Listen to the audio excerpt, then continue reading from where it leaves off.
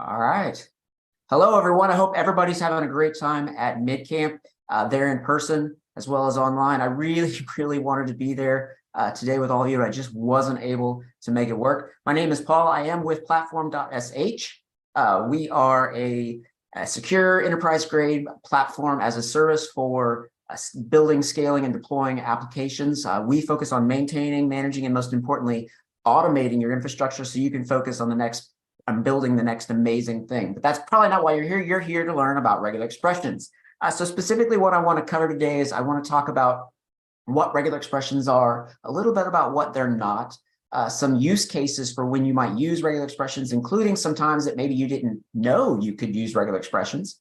And then we're going to just dive into the hieroglyphics. We're going to go into all those different symbols and characters, and I'm going to walk through each of those and show you in real time how using those different characters can change how that regular expression works. And then we're going to go play a game together, and we're going to build some regular expressions to solve a puzzle. So I do encourage you to follow along if you can. I've got a regular expression repository out at my GitHub profile, and show you that here real quick. So it should be pinned up here at the top. You go into there. I've got some different word banks that I'm going to be using. I'm also going to be using a tool called regex101.com. So again, if you can follow along, that's great. If not, not a problem. I'm going to be showing you all of this and stepping through it with you. So kind of an introduction, regular expressions originated back in the early 1950s by a mathematician named Stephen Colquhoun, who was trying to describe regular languages in formal language theory. Essentially, what he wanted to do is come up with a mathematical formula to describe languages. And while that's extremely interesting from an academic standpoint, we could probably spend multiple semesters going over regular expressions. That's probably not what you think of when you hear the phrase regular expressions. What you probably think of is something more like this.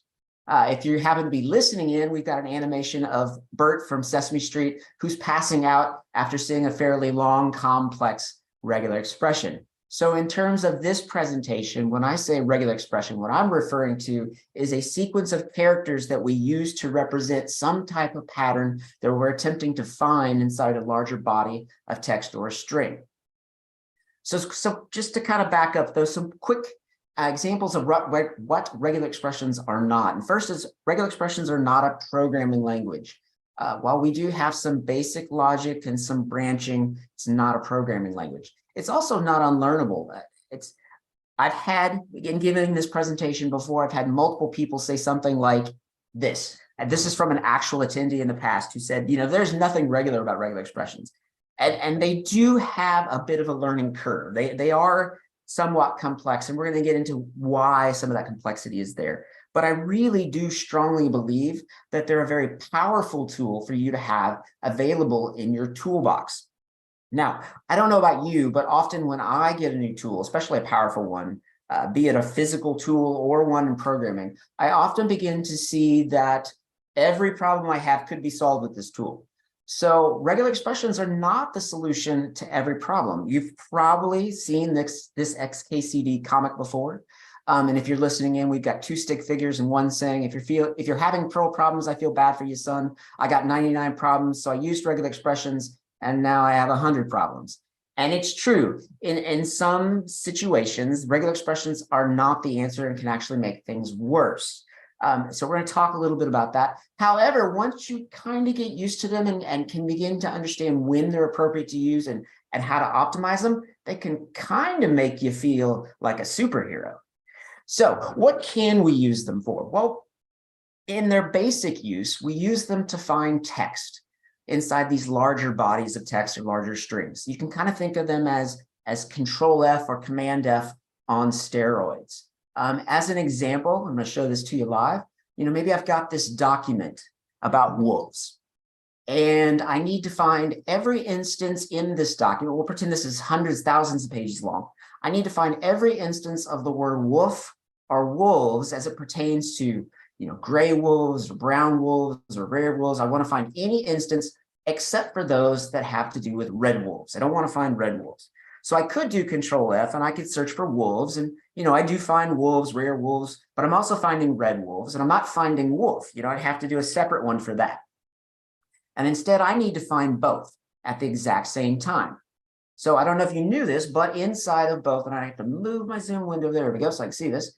Inside both Word and Google Docs, you can use regular expressions.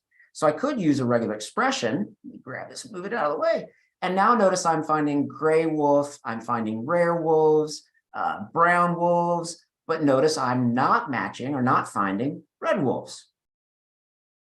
All right, another example is we can use it to validate text. So let's say we're receiving some text from an outside source via, maybe an API or it's a forum. We can use regular expressions to ensure that the information we're receiving is not only contains exactly what we're expecting, but also in a specific format.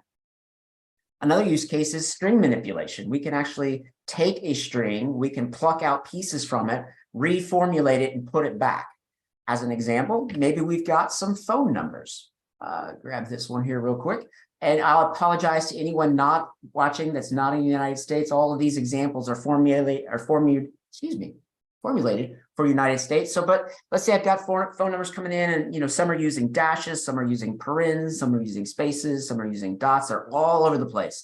And I need these all to be the exact same format. Well, by using a regular expression, I'm like paste this in here, paste. I can pluck out those numbers and then reformulate them so that every single one is the exact same formula.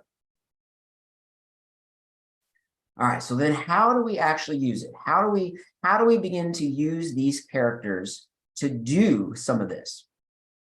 Well, as I mentioned earlier, regular expressions are a sequence of characters that are used to represent patterns, right? So we've got all different types of characters. We've got literal characters, we have special characters, we have something called character classes. As we begin to build larger and larger character classes, they get a little complex. So sometimes we might have access to shorthand character classes, just tons and tons of different characters. So what I want to do is assume you know nothing and start at the beginning, at the ground floor, and then build up through all of these different types of characters, showing you along the way how each of these changes what we're finding and what we're matching. So the first are literal characters.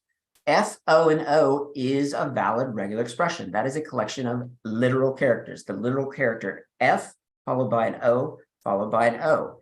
And if I go back over to my tool, I've got this word bank. Excuse me, go back to match. Got this word bank of just random words. And if I type in the literal characters F, O, and O, I do see some matches. I've got foo here at the end of some path to foo, foot, the foo and foo bar, the foo and bar foo, etc. All right, so F, O, and O by themselves, literal characters, are a valid regular expression. Now I want to pause real quick and point out a couple of things, and hopefully you can see my mouse.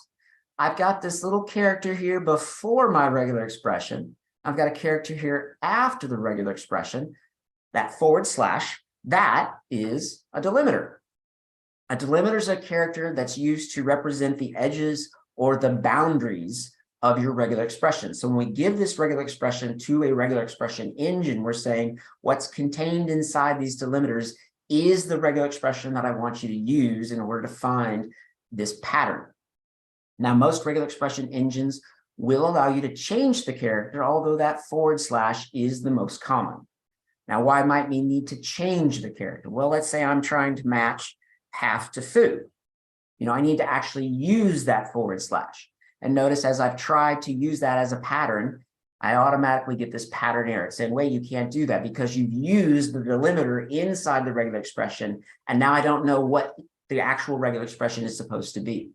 So in this particular case, with this tool, I can change my delimiter here before my pattern, and I can change it to something else. And now notice I'm matching exactly what I typed out. Again, those literal characters. Now I do want to pause real fast because I've used the term regular expression engine several times, and I haven't exactly explained what I mean by that. How is an engine different than a regular expression?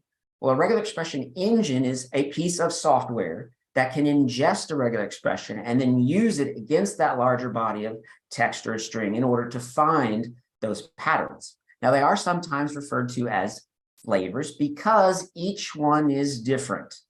Now, if you're listening in, I've got an animation of a red light flashing to give us an indication of an issue or a warning, and that is that not every engine is the same. If you are old enough to remember the web browsers, the internet back in the early 2000s. You'll probably remember that most websites had a little thing on it that said best viewed in Internet Explorer or best viewed in Netscape Navigator. And that was because back then, every browser was introducing proprietary features that didn't necessarily work in another one. And it's the exact same with regular expression engines.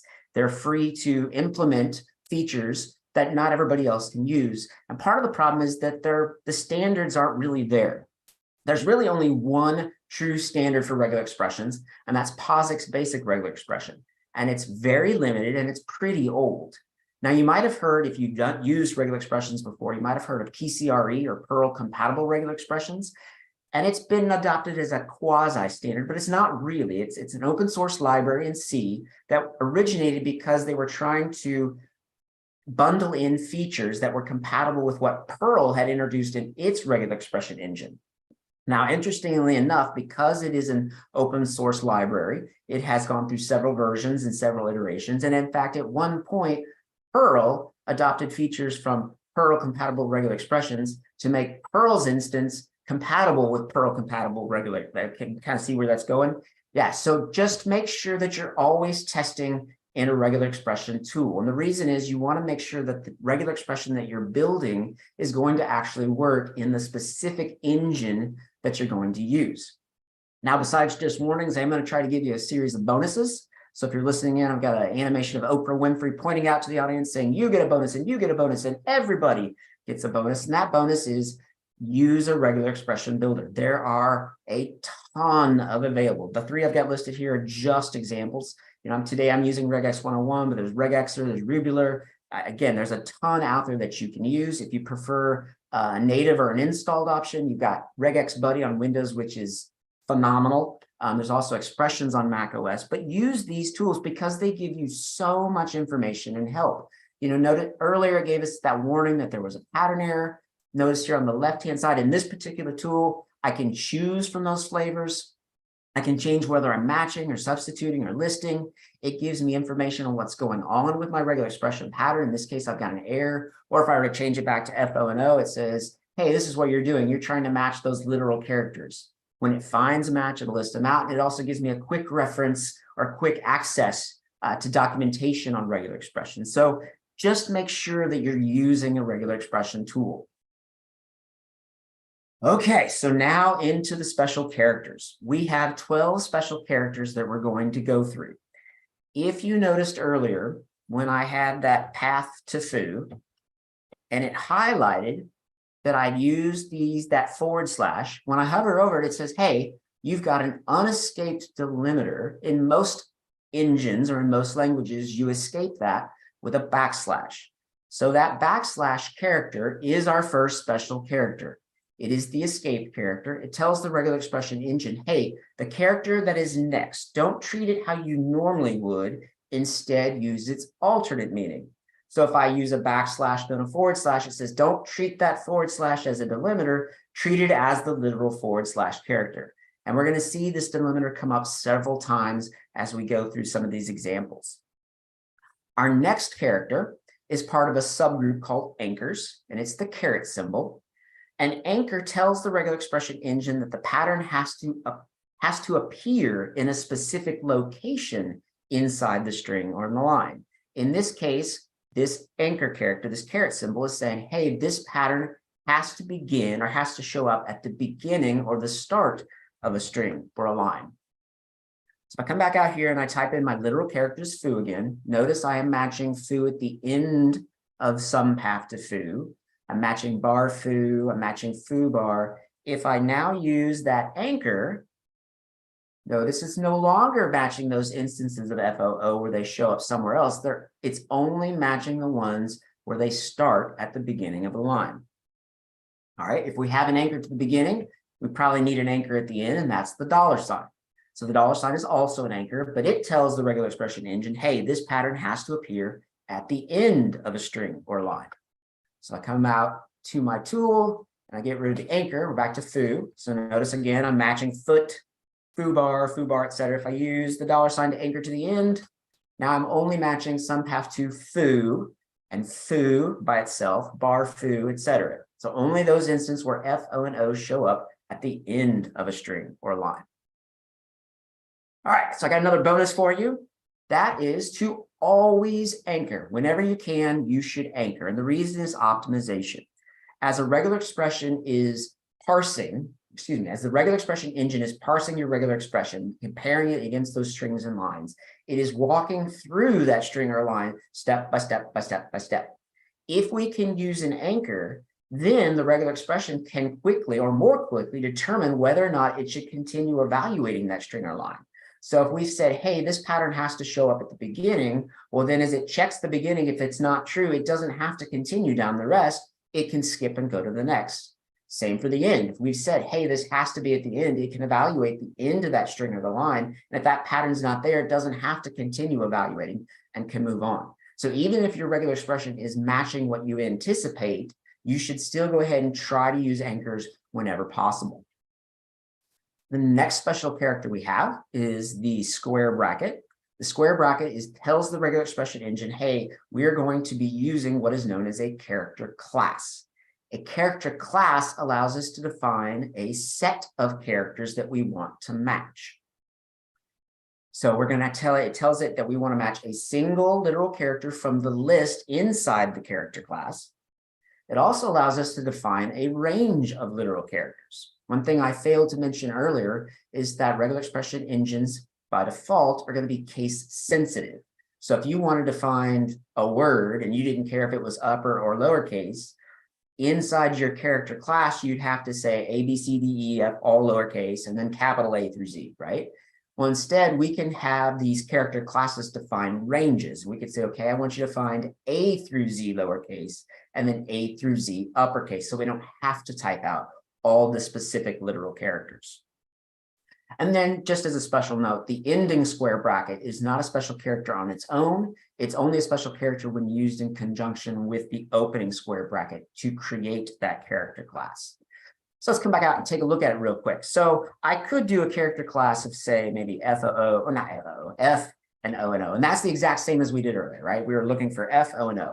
But maybe I don't want to find just foo. Maybe I want to find F or B, O, O. So now notice I'm finding foo, foot, boo, boo, but I'm not matching rhubar or coobar or anything else, right?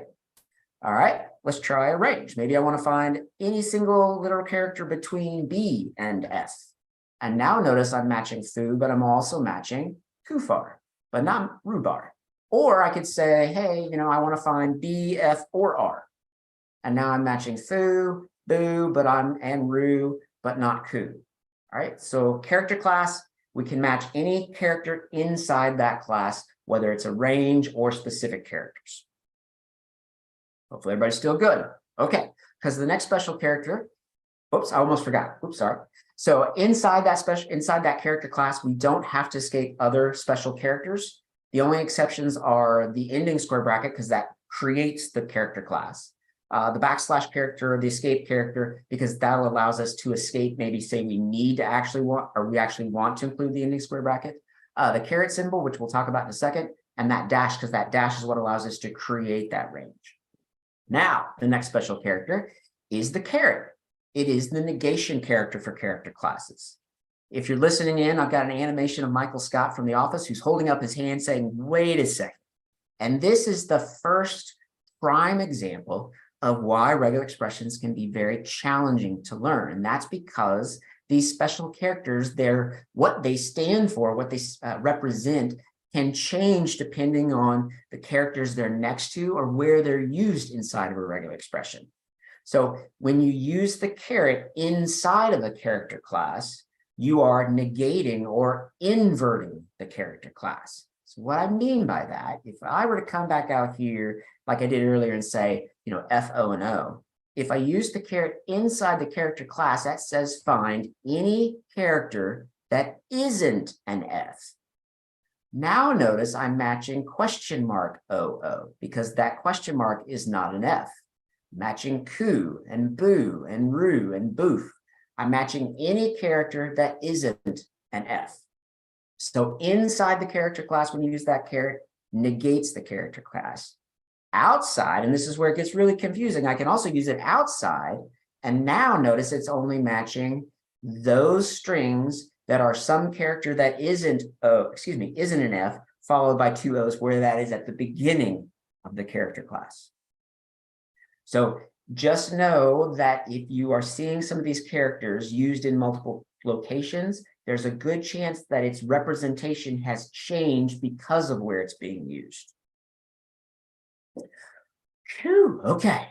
The next one is our shorthand character class. Okay, so we have character classes. We just talked about those, right? And if we wanted to do, capital A through Z and lowercase a through Z, et cetera, we'd have to build those out. And that gets kind of long. If I come back in here and I said, I want to find A through Z and then A through Z and 0 through 9, that's a pretty big character class, right? They start to get kind of long and hard to read.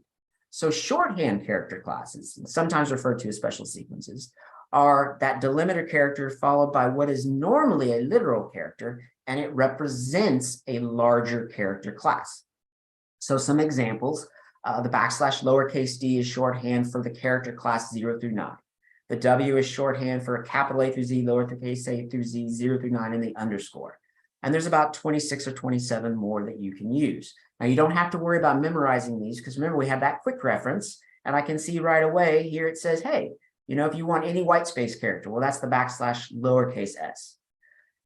As well as if you see them, if you use it, then remember that explanation section will tell you, hey, the backslash lowercase d is the equivalent to the character class 0 through 9. So if you're looking at a regular expression and you're trying to understand what it's doing, and you see that backslash character and what should normally be a literal character, that's a good indication that's a special character class or the special sequence.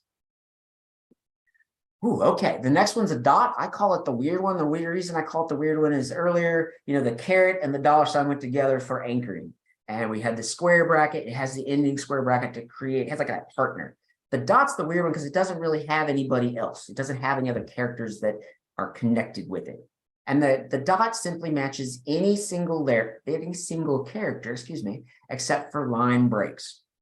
So if I come in here and I recreate my regular expression and I use a dot with two O's, well, then it's going to match any character that's not a new line and an OO. And I can see there I've matched foo, but I've also matched ku and boo, and I've even matched that question mark OO. So the dots just simply stands in for any literal character with the exception of line breaks. This one's a fun one, the pipe symbols. The pipe symbol creates a branching structure, or similar to like an OR in programming. In this case, in my example on the screen, it's saying, I want you to find bar, or I want you to find foo. So if I come out, whoops, flip two mini screens, here we go. So if I type in foo or boo, notice it's matching foo, but it's also matching boo. So it says, hey, I want you to find F, O, and O. And if you can't find F, O, and O, then also you see if you can find B, O, and O. Now there is a warning about alternations, and that is that regular expression engines are, what's a good word? Very eager. They're very eager to return a match. They want to find a match as quickly as possible and then return that match so it can go on and keep processing. So in the example, there were many cats near the bowl with one cat by the door. If we were to use an alternation of cat or cats, notice it matched the CAT in cats and returned, even though CATS would be more complete. It's because we've said find CAT. It said, hey, I found CAT. There's an S, but I found CAT. Here it is. All right. So just remember, it's not that you shouldn't use alternations or that you can. It's just you need to remember that the left-hand side in an alternation inside a regular expression engine is always going to get precedence. If it can find that, if there's a match for that one first, it's always going to return it, even if the second one is more complete or more appropriate.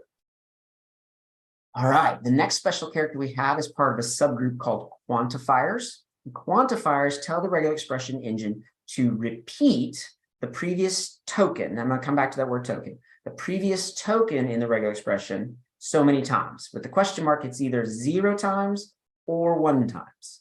What I mean by a token is, in a moment, we're going to talk about subpatterns, and that token is stands for or means any complete pattern. So an O, a literal character by itself, is a complete pattern. Or if we were to create a sub pattern, that's a complete pattern. So we could repeat that. So in this case, it's saying find F and O. Then you can either find an O once or none, as long as there's a BAR. So if I come out here and we recreate that, so if I say FOO question BAR, notice it matched, it did match foobar because there's one O, but it also matched, so scroll here, faux bar because there's not a second O. So it says find either one instance of it or find 0 instances. Now there is another warning, and that is that quantifiers turn on greediness. Greediness means that for these quantifiers, the regular expression engine is going to attempt to find as many instances of that pattern as it can until it no longer can find matches. So if we take a similar example where we've got it's raining cats and dogs, and we do a pattern of CATS question, meaning the S in cat is optional, well, it's always going to try to find cats instead of just cat if it can. It's almost like we flipped the alternation and we moved cats from the right-hand side to the left-hand side. Okay? So it's just important to remember that with this greediness, you have to be careful with the quantifiers because you might end up matching things you didn't anticipate. And I'll show you an example of that in just a second. The next quantifier we have, or the next special character, is the asterisk. The asterisk says match that preceding token either 0 times or infinity times. So the question is 0 or once. The asterisk is 0 to as many times as possible. So if I come back over and change that question to an O, not to an O, excuse me, to an asterisk, excuse me, we are still matching faux bar because it says you can match it 0 times, but I'm also matching foobar because I've said you can match as many O's as you want.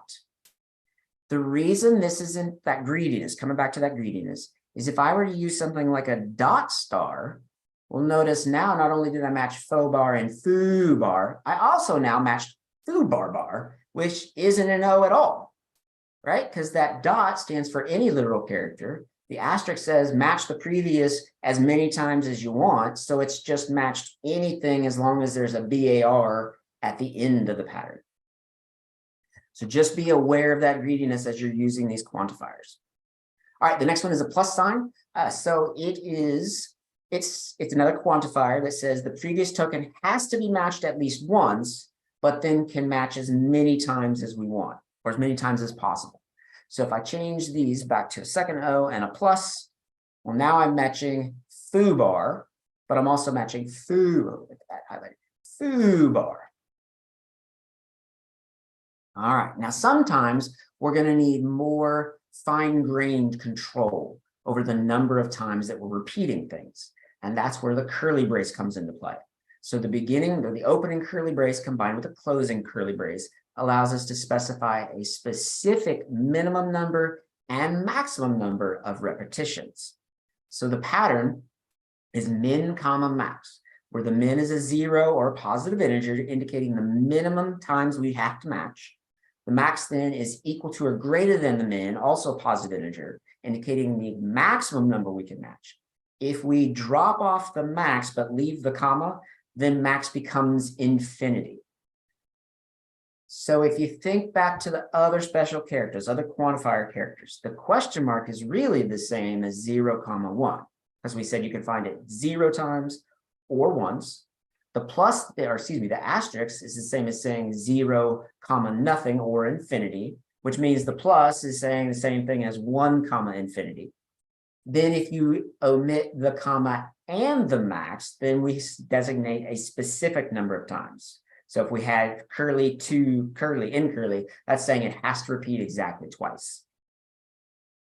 So if I were to come back here and use these curlies, maybe if I said, foo, you have to find between 2 to 3 instances of that other O I've matched here, or I could change that out to say something like 5, and now I've extended that out and matched all 5 of those.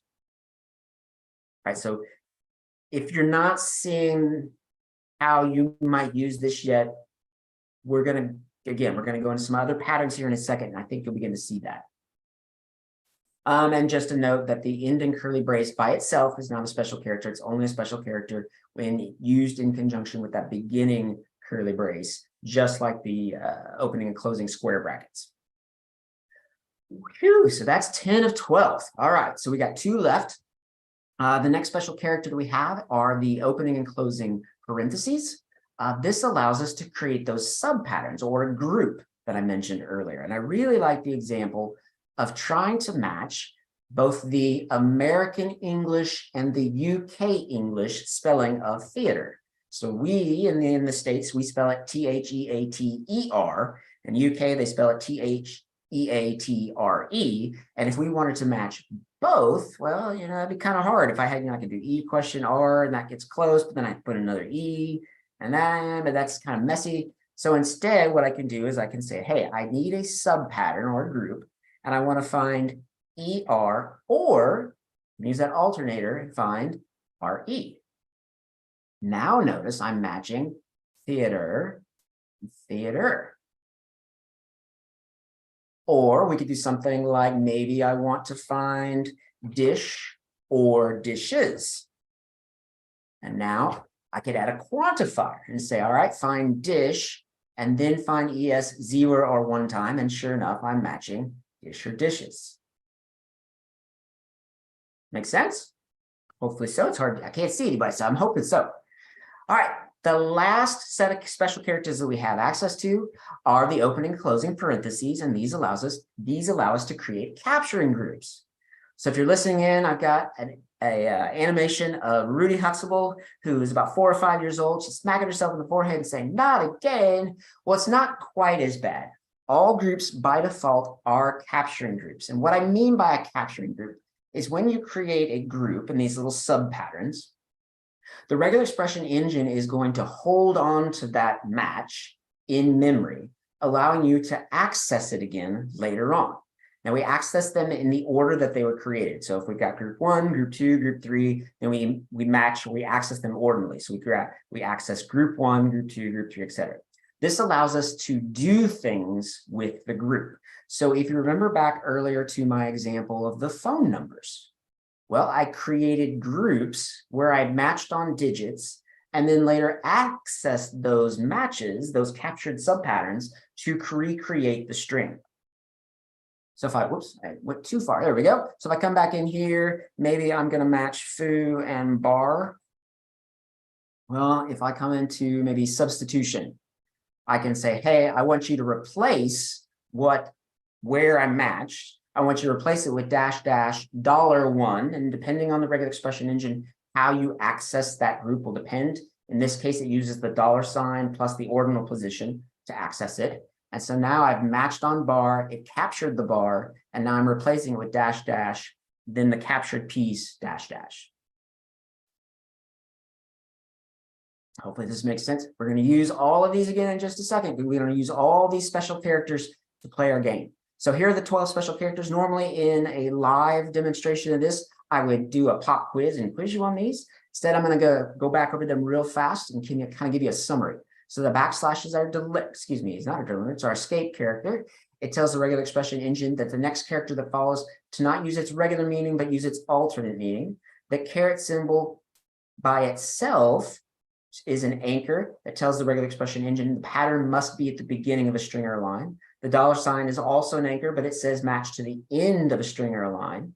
Then we have the square bracket, which begins a character class where we're going to tell the regular expression we want to match one of the characters inside the character class. The caret symbol used inside the character class negates the character class. The dot then stands for any single literal character except for new lines. The pipe creates an alternation where we're telling the regular expression engine, I want you to find one of 2 things. The question mark is a quantifier where it says, I want you to match the previous token 0 or 1 time, the asterisk 0 to infinity, the +1 to infinity, or if we need more fine-grained control, we've got the curly brace where we can designate a minimum and maximum number of repetitions, can't talk. And then we've got the opening and closing parentheses that allows us to create groups. And not only can we create subpatterns in those groups, we can re-access that found information from those groups as capture groups. All right. Whew, that's all. Everybody take a big, deep breath, okay? is I got one more bonus for you. This bonus is more advanced. The idea here is if you don't understand it, it's totally okay. That is not the purpose. Okay. I want you to be exposed to this concept. Because one, we're going to use it in the game, but second, I want you to have it in the back of your mind for the future. If you're using a regular expression, it's not quite matching what you want, and then you can think back, oh yeah, there was something that Paul talked about. The concept is called a look-around. A look-around are sometimes referred to as zero-length assertions. They don't necessarily match something. They don't create a group. It's not a sub-pattern. It simply says, is something true or false? So they're kind of similar to the anchor. Is the pattern at the beginning of the line? Is it at the end of the line? So it's similar to that. There are two main types. There's a look ahead and a look behind. So we can say, hey, from where I am, regular expression engine, I want you to look ahead into the string and see if something is positive or isn't negative there. Or I want you to start, or from where I am in the pattern, I want you to look behind me from where you've matched and see if something is or isn't there. Now, if you think back to the example I did earlier of the wolves, right? I wanted to find brown wolves and gray wolves, or even the word wolf, but not red. That was an example of a negative look behind. So I want you to find the word wolf, and then I want you to look behind and make sure that it was not preceded by the word red. Now, if it's still a little fuzzy, that's okay. It took me quite a while to kind of grasp this concept. And what finally did it for me was I had a situation where I needed to match the letter Q in words where it was not followed by a U. Now, we have some tools available to us already from what we've just learned, right? How do we create something that says, don't find this thing? Well, we use a negated character class. So I could say, okay, I want to find a Q, and then I want you to find something that's not a U. All right, and that gets us close, right? I've got QWERTY, there's no U there, Quintar, no U, Terraquat, etc. But notice it didn't match Iraq because the character has to match, the character class has to match at least one literal character from the group. And there isn't anything after that Q. So it didn't match Iraq. Also notice that it's matching that second letter, and I just want to match the Q in the word. All right, so this is where a negative look ahead comes in. I'm saying I want you to find a Q, and then I want you to stop, and then I want you to tell me, I want you to look ahead and tell me if the next character is a U, or is it not a U? And I only want to match those that are not a U. We create lookarounds using the parens. So again, it's that changing of what these things stand for. We create a lookaround then by using the question mark inside.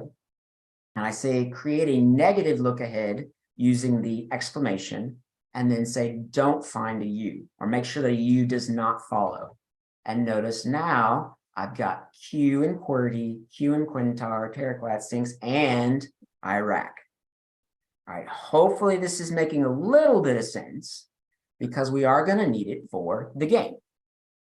The game is we're going to play Wordle. If you've not played Wordle, I'll explain it in just a second.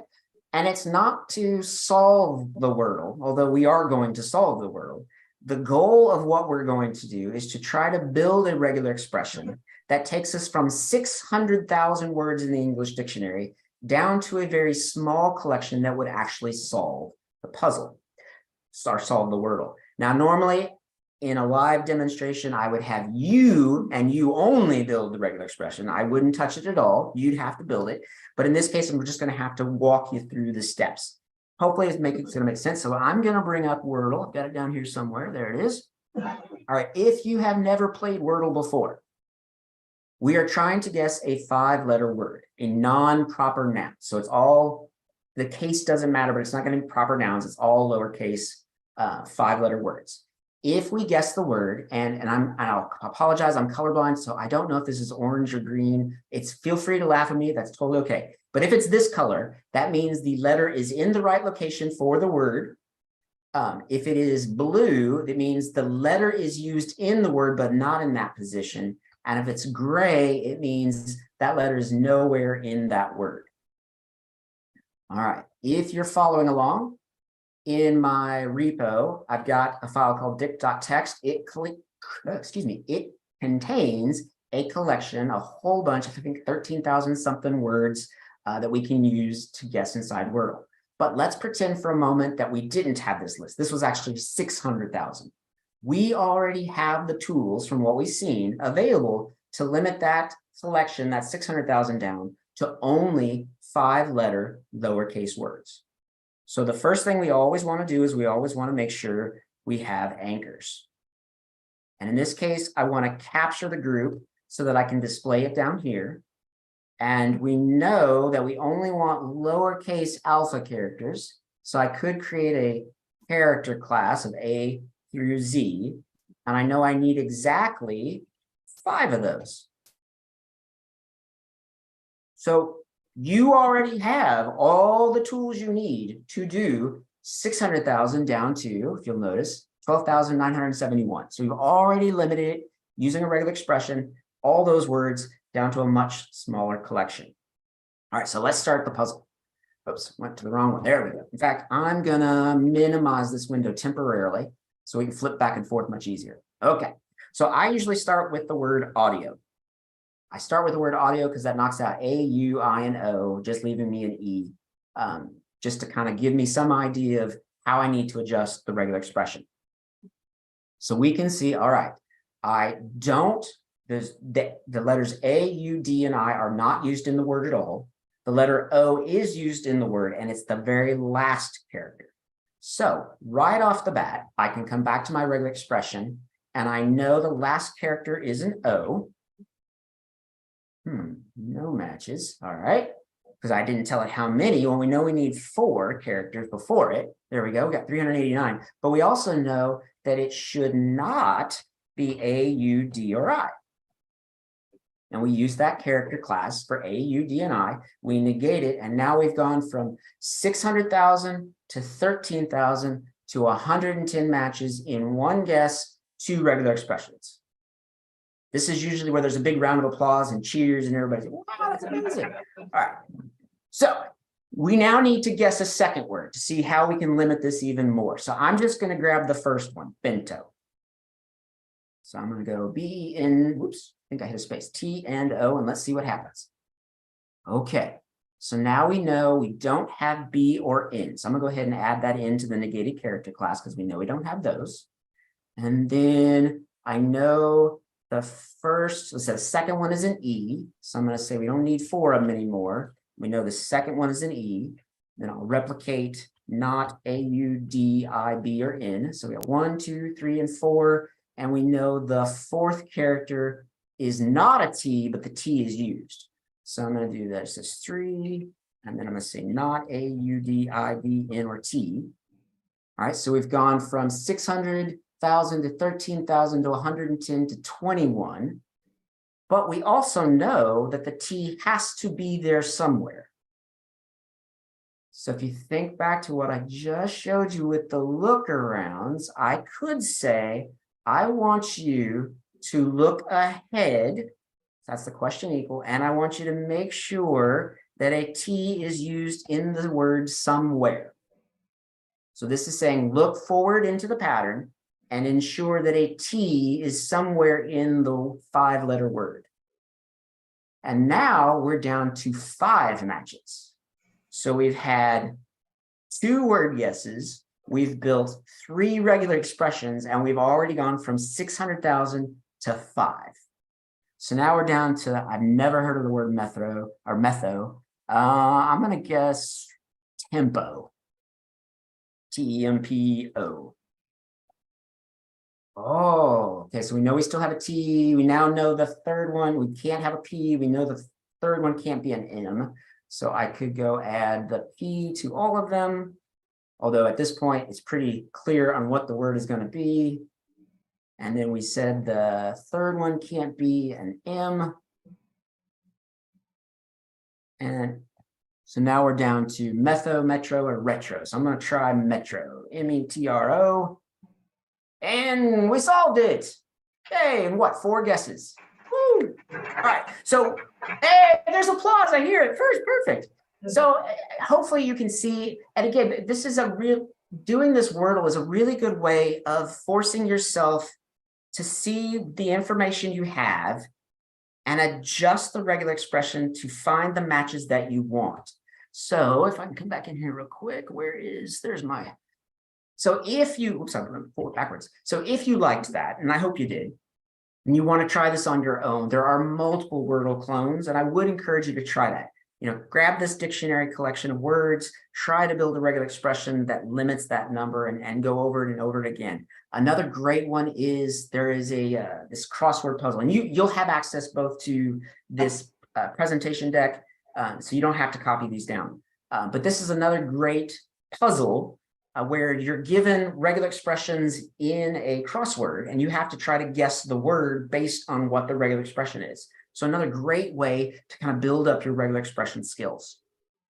Now, I want to pause for just a moment and acknowledge some resources that are phenomenal and have been extremely beneficial to my own learning, and that is Regular Expressions Info and RexEgg. I can never say that. RexEgg.com, both phenomenal sources for learning regular expressions, as well as Carl Alexander's site and his article on Beginner's Guide to Regular Expressions. All phenomenal sources. I would not be able to do nearly as much regular expressions as I could without these sources.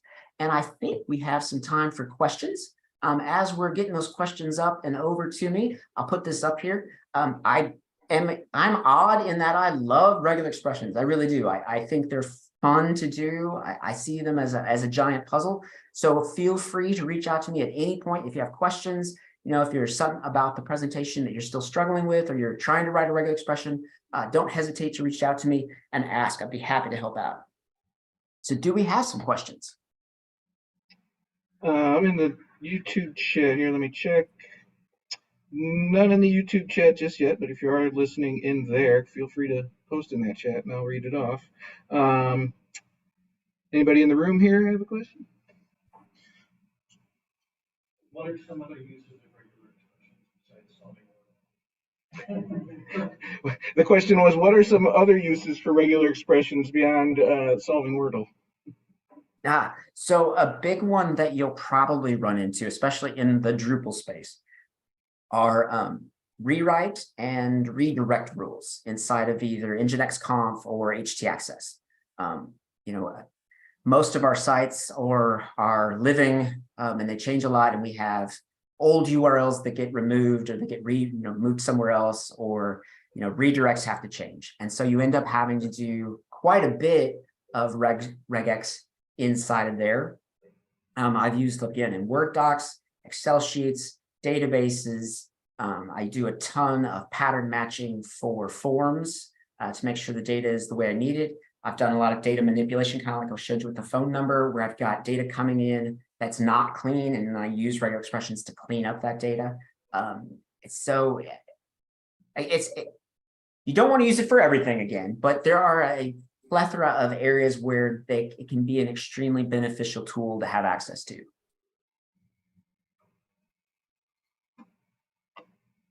you explain the difference between a capturing group and a non-capturing group? I've seen that one around, and why would you use one over the other? The question was, could you explain the difference between a capturing group and a non-capturing group, and when would you want to use one versus the other? So to do a non-capture group, why am I not flipping at my screen? Oh, I was on Zoom. Okay. So to do a non-capture group, pattern is question : and that just tells the regular expression engine, don't store this into memory. You would use it when you need to have a sub pattern, but you don't necessarily need to capture the information. Because when you capture information, it is storing it in memory, and regular expressions, especially when you've got 600,000, 1 million lines of text is trying to parse through, that's a lot to try to hold into memory if you have a ton of groups as well. So if you don't need the information later on, it's a good idea to make those groups non-capturing, just so it's not trying to hold on to that information. In terms of when, back to the htaccess rules, it could be that you're saying, I want to match when the request comes in for either dub or non-dub. Maybe the dub doesn't matter, but you need to have it as a sub pattern. So you could say, this is a non-capturing group. I'm not going to do anything with it. I just need it as a subpattern. Hopefully that answered the question.